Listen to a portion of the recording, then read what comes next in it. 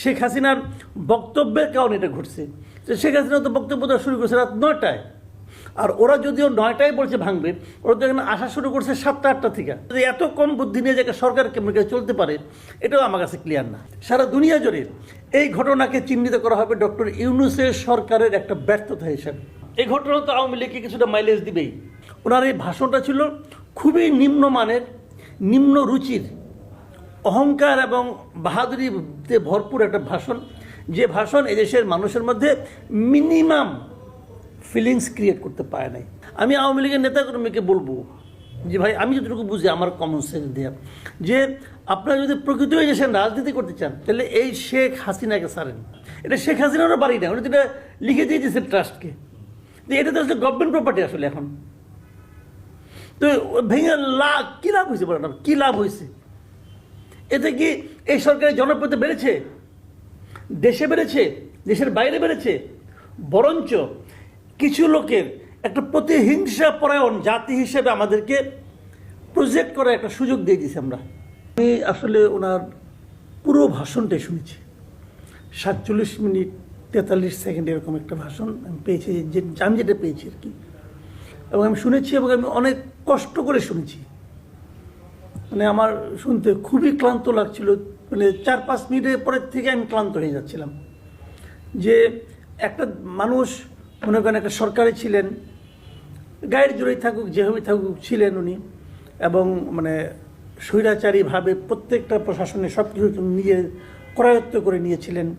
তারপর উনি জনরোষের মুখে দেশ ছেড়ে পালিয়েছেন।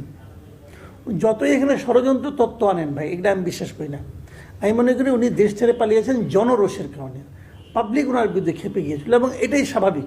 আমিও তো একজন পাবলিক, আমিও তো আমাকে ফিল করি।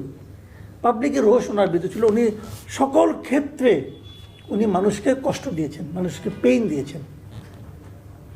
তো মানুষ তার উপর ক্ষুব্ধ ছিল, পালিয়ে গেছেন। 6 মাস পরে উনি আনুষ্ঠানিকভাবে একটা প্ল্যাটফর্মে কথা বলছেন। বেসিক্যালি উনি দেশের মানুষকে লক্ষ্য করে বলছেন, উনি ছাত্র থেকে দেশের মানুষকে লক্ষ্য করে বলছেন। তো আমি কিন্তু খুব আশায় ছিলাম যে এখানে উনি আত্ম উপলব্ধিটা ওনার হবে এবং উনি স্বীকার করবেন ওনার অপরাধগুলো এবং মানুষের কাছে ক্ষমা চাইবেন। ক্ষমা চাইলেই যে ক্ষমা হয়ে যায় তা কিন্তু না, কিন্তু উনি ক্ষমা চাইবেন মিনিমাম। আমি এটা আশা করেছিলাম। ওনার ক্ষমা চাওয়াটা উচিত ছিল, কেবল ওনার জন্য না। এই দেশে আওয়ামী লীগের বহুত নেতাকর্মী আছে, প্রত্যন্ত অঞ্চলে আছে, তৃণমূলে আছে, কিন্তু তারা কিন্তু এই 6 মাসে মানুষের সঙ্গে অনেকটা কিন্তু ধীরে ধীরে মিশে যাচ্ছিল। তাদেরও তো একটা জীবনযাপন আছে। আপনার কোটি কোটি মানুষকে তো স্বাভাবিক জীবনযাপনে বাইরে রাখতে পারবেন না, তাহলে তো ভাই দেশ উন্নত হবে না। আপনি প্রতিশোধ নিতে পারবেন, কিন্তু দেশ তো সামনে থেকে অগ্রসর হবে না। কাজে সে লোকগুলি কিন্তু মিশে যাচ্ছিল এবং তারা নর্মাল অবস্থায় আসছিল। তো আমি ভাবছিলাম যে এটাকে আরও বেগবান করার জন্য উনি হয়তো নিজে এই দেশের মানুষগুলোর কথা, ওনাদের নেতাকর্মীদের কথা ভেবে উনি মানুষের কাছে ক্ষমা চাইবেন।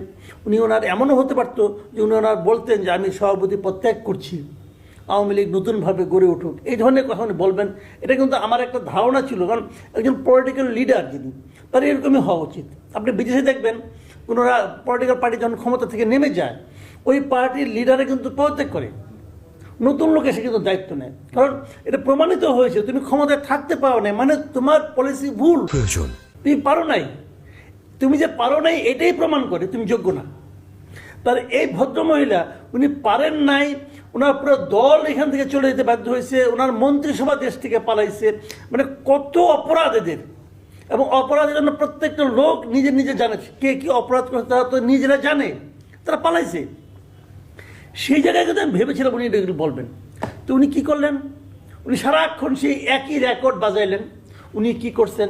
এই দেশের মানুষ কত গরিব ছিল, উনি তাদের ঘর দিয়েছেন, সিমি পাকা বাড়ি দিয়েছেন, মানুষের হাতে টাকা দিয়েছেন, কত কিছু যদি করছেন। আরে ভাই একটা কথা বুঝবেন না, বলেন আপনি আমাকে, উনি যদি এগুলো করে থাকেন কার জন্য করছেন? এই দেশের লোকের জন্য করছেন, তাহলে এটা বলার দরকার কি? তো দেশের লোক তো জানে উনি কি করছেন, বারবার বলার দরকারটা কি? বলা মানে কি? উনি নিজেও শিওর এটা হয় নাই, উনি নিজেও শিওর যে টাকাগুলি চুরি করছেন। ঘরে ঘরে বিদ্যুৎ দিয়েছি উনি বলছেন, এটা বলেন নাই যে বিদ্যুৎ দেওয়ার নাম করে কয় টাকা নিছেন আর কয় টাকা বিদেশে পাঠাচ্ছেন, এগুলো তো বলে নাই। কিন্তু যাও সেগুলো নলাম।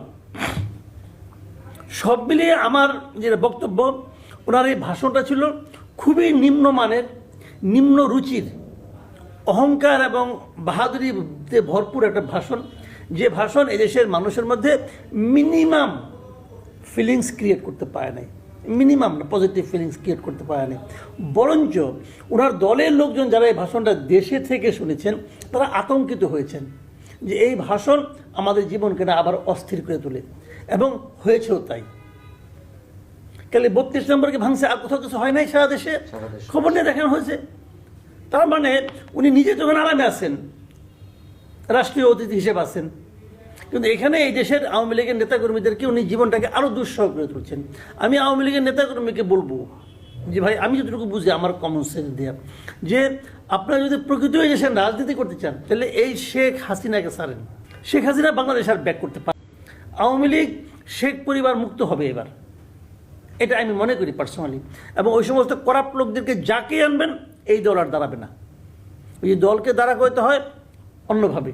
এবং আরেকটা কথা বলে শেষ করি, যে কালকে যে ঘটনাগুলো ঘটেছে আমি মনে করি তার উস্কানি কিন্তু শেখ হাসিনার এই ভাষণ দেওয়ার যে ঘোষণা তার মধ্যে রয়ে গেছে। এই ভাষণ দেওয়ার সময় তার জন্য এটা ছিল না, আসলে কোনোভাবেই না। উনি এটা করাটা ওনার ঠিক হয় নাই। উনি যদি আসলেই দেশকে ভালোবাসতেন, উনি যদি আসলেই দেশের জন্য কিছুটা মানে ভালো চাইতেন, তাহলে এই ধরনের হঠকারী সিদ্ধান্ত উনি নিতে পারতেন। তাহলে আমার জন্য একটা হতাশাজনক ঘটনা আমি মনে করি। হতাশা কেন? দেখেন, তারা কিন্তু সকালে না আগের দিনই বুঝে দেখলাম, আমি নিজেও দেখেছি সোশ্যাল মিডিয়া, এই যে ধানমন্ডি 32 উপলক্ষে বুলডোজার মিছিল সে সকালে দিয়েছে ওরা, আর 9টায় কর্মসূচি পালিত হবে, বুলডোজারের ছবি টবি। আচ্ছা, বুলডোজার জিনিসটা কি? বুলডোজার আপনার বাড়িতে বুলডোজার কটা আছে ভাই? এটা কি মানুষের ঘরে ঘরে থাকে যে আমরা রান্নাঘরের পিছনে একটা বুলডোজার রেখে দিলাম? এরকম হয়? এই বুলডোজারটা কার? বুলডোজারের মালিক কে? আমি যতটুকু শুনেছি এই বুলডোজারের মালিক হলো ঢাকা সিটি কর্পোরেশন। তো সেই বুলডোজারটা এখানে আসলো কি করে? কে নিয়ে আসলো? আমি তো মনে করি এই ঘটনার সঙ্গে সরকারের এক ধরনের আছে, মদত আছে। সরকার চেয়েছিল বলে বুলডোজার এখানে আসছে, তাহলে আসলো কি হবে? সরকার যদিও ব্যাখ্যা দিচ্ছে নানা রকমভাবে, সরকারের যে ব্যাখ্যা, যেটা আমি সর্বশেষ এখানে এসে দেখলাম, সেই ব্যাখ্যাটাও আমার কাছে হাস্যকর মনে হয়েছে, একটা পয়েন্ট ছাড়া। আর উনি বলতে যাচ্ছেন যে শেখ হাসিনার বক্তব্যের কারণে এটা ঘটছে। শেখ হাসিনা তো বক্তব্য দেওয়া শুরু করেছে রাত 9টায়, আর ওরা যদিও 9টায় বলছে ভাঙবে, ওরা তো এখানে আসা শুরু করছে 7টা-8টা থেকে। তাহলে এটা কীভাবে হলো? তাহলে দুটার সঙ্গে তো মিলল না। যদি শেখ হাসিনা যদি ভালো ভাষণ দিত তাহলে কি ভাঙতো না? তাহলে পুরো জিনিসটাই কি? আমি এখানে দুটো জিনিস দেখি। একটা হলো কি, দেখেন, এই সরকারের অনেক ধরনের ব্যর্থতা আছে, এই সরকারের অনেক ধরনের সীমাবদ্ধতা আছে। এই সরকারের যে ব্যর্থতাটা খুবই বড় ইদানিং ধরা পড়েছে, সেটা হলো ওই আহত ছাত্রদেরকে তারা চিকিৎসা করতে পারছে না, জিনিসপত্রের দাম তারা কমাতে পারছে না, মানুষের অর্থনৈতিক অবস্থাকে ভালো করতে পারছে না। এগুলো তো একটা বাস্তবতা। এখন অনেকে যেটা আগের সরকার যে কাজগুলো করতো, সেগুলো এই ধরনের কোনো ক্রাইসিস হলে একটা এরকম প্রবলেম ক্রিয়েট করে মানুষের দৃষ্টি রেখে ওর দিকে সরাই দিত। এখন এটাও সে ধরনের কিনা আমি বলতে পারবো না, তবে হতে পারে, আমি এই আশঙ্কা দেখছি। আর 2 নম্বর হলো, যারা এটা ভাঙচুর করছে, আমি এখানের মধ্যে কোনো, যেমন একটা সহজ প্রস্তাব আপনাকে আমি করি, ধরেন আপনি 32টা ভেঙে দিলেন, যেটা ভেঙে দেওয়া হয়েছে, কী লাভ হয়েছে? চোখের বদলে চোখ নেওয়া। এইভাবে মহাত্মা গান্ধীর কিন্তু একটা খুবই আলোচিত একটা উক্তি আছে যে আমরা যদি চোখের বদলে চোখ নেওয়া শুরু করি তাহলে একদিন সারা পৃথিবী অন্ধ হয়ে যাবে। এটা কোনো সমাধান নয়। আপনি এই প্রপার্টি, এটা আমাদেরই প্রপার্টি। আপনি দেখেন নাৎসিদের আমলে জার্মানিরা গ্যাস চেম্বার করতো, গ্যাস চেম্বার ইহুদিদেরকে মারতো, ভয়ঙ্কর একটা। কিন্তু তারা কি সমস্ত গ্যাস চেম্বার গুড়িয়ে দিয়েছে? এটা পার্ট অফ হিস্ট্রি। আপনি যদি মনে করেন এটা স্বৈরাচারের একটা প্রতীক, তো এটা এইভাবেই থাকুক, লোকে এটাকে ঘৃণা করবে, এটা ঘৃণার প্রতীক হিসেবে থাকুক। কিন্তু এখন যেটা হয়েছে, তো লাভটা কি হয়েছে? সিম্পলি কথাটা আপনি বলেন। আপনারা যে কাজটা করেছে, এই কাজ, যে ঘটনাটা ঘটেছে, এবং সরকার এটাকে ঘটতে দিয়েছে আমি মনে করি, কারণ সরকার আজকে বিবৃতি পড়ে আমাকে তাই মনে হলো, এই বিবৃতির একটা মানে গুজামিল দেওয়া বিবৃতি তারা দিয়েছে। তাদের এই বিবৃতি, টোটাল বিবৃতির 80% জায়গা তারা ব্যয় করছে শেখ হাসিনার ভাষণ নিয়ে। কিন্তু এইটা যে একে যদি ঘোষণা দেয় যে আমি কালকে ওই বিল্ডিংটা ভাঙবো, সরকারের কি উচিত? যে ভাঙবে, এটা কি আদালতে কোনো আদেশে ভাঙা হয়েছে? না। তাহলে এটা ভাঙতে পারে কেউ? সরকার ফেরানোর চেষ্টা করছে? করে নাই তো। নামে মাত্র কয়েকজন আর্মি এখানে দাঁড়াইছিল, তারা পরে দর্শক হয়ে গেছে।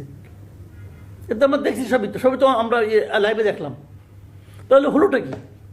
তাহলে সরকার নিজেদের মানে তারা যে ক্যাপাবেল নয় আইন শৃঙ্খলা রক্ষা করার ক্ষেত্রে, এটা তারা আরেকবার এখানে নগ্নভাবে প্রমাণ হয়েছে। আর সারা দুনিয়া জুড়ে আজকে ইন্টারন্যাশনাল মিডিয়াগুলি আপনি যাগুলি পড়েন, আমি কয়েকটা তো পড়লাম, সারা দুনিয়া জুড়ে এই ঘটনাকে চিহ্নিত করা হবে ডক্টর ইউনূসের সরকারের একটা ব্যর্থতা হিসাবে। বলা হবে এটা আলটিমেটলি ডক্টর ইউনূস এদেরকে প্রশ্রয় দিচ্ছে। আমি তো প্রথমে তো বললাম কি লাভ হয়েছে, কার লাভ হয়েছে বলেন তো আপনি আমাকে? একটা জিনিস দেখেন, কার লাভ হয়েছে? যে লোকটা একটা দরজা দেখলাম ভাঙা দরজা নিয়ে যাচ্ছে, যে দরজাটা নিয়ে গেছে তারও কোনো লাভ হয় না, কারণ দরজাটা নিয়ে সে কোথায় রাখবে? ওটা সে কোনো কাজেও লাগাতে পারবে না। কার লাভটা হয়েছে এটা আপনি আমাকে বলেন? কারো লাভ হয়নি। সারা দুনিয়ার কাছে আমাদের কাছে আমরা কিভাবে এখন হলাম ভাই? এখানে বিনিয়োগ আসবে, বিদেশি বিনিয়োগ আপনার লাগবে না, টাকা লাগবে না আপনার, আসবে না তো। আমরা একটা নিয়ন্ত্রণহীন সমাজে পরিণত হলাম। এই সরকার কোনো কিছু আইন শৃঙ্খলা নিয়ন্ত্রণ করতে পারে না, এটা আরো একবার সারা দুনিয়ার কাছে প্রমাণ হলো। অবশ্যই দেবে, কারণ দেখেন আমাদের দেশের মানুষের না বাই নেচার একটা ক্যারেক্টার আছে। সেই ক্যারেক্টার যে মার খায় তারা ওই মানে যে দুর্বলের পক্ষে চলে যায় আলটিমেটলি। এখন দেখেন আওয়ামী লীগের অপরাধের শেষ নেই ভাই। 15টা বছর ধরে তারা কি না করছে, কি না, মানুষকে গুম করে ফেলানো। এটাকে পৃথিবীতে কখনো আমাদের দেশে আর কখনো হয়েছে বলে আমি যাই না।